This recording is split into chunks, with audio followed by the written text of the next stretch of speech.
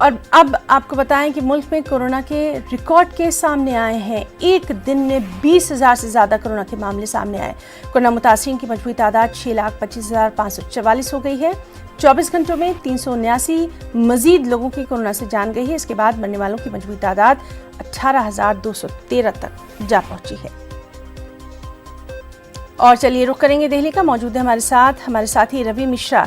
Ravi, corona का कहर लगातार बढ़ता जा रहा है, यहाँ तक कि अब ये आदाद-ओ-शुमार, ये जो नंबर हैं, ये डराने भी लगे हैं।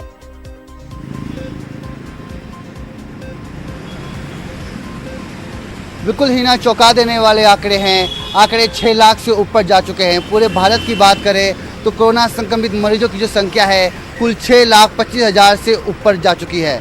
फिलहाल रिकवरी रेट हमारे देश की 60% से ऊपर है। एक अच्छी खबर है, मगर ये देश भर से लगातार इन आंकड़ों में इजाफा हो रहा है। कहीं ना कहीं लोग दहशत में हैं, लोग परेशान हैं। बात करें राजधानी दिल्ली की तो राजधानी दिल्ली में कुल 94,000 से ऊपर के आंकड़े दर्ज हुए हैं।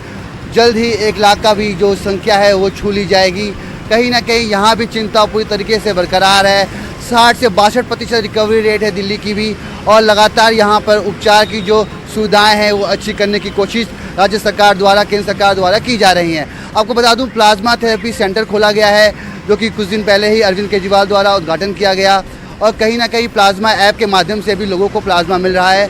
तो एक उपचार की प्रक्रिया चल रही है, मगर जल्द ही जैसा कि ICMR और भारत बायोटेक द्वारा कोवैक्सीन की तैयारी चल रही है, जल्द इसको लॉन्च कर दिया जाएगा।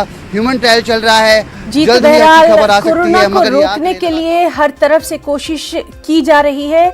बहुत बहुत शुक्रिया रवि, आपका तमाम तर जानकारी।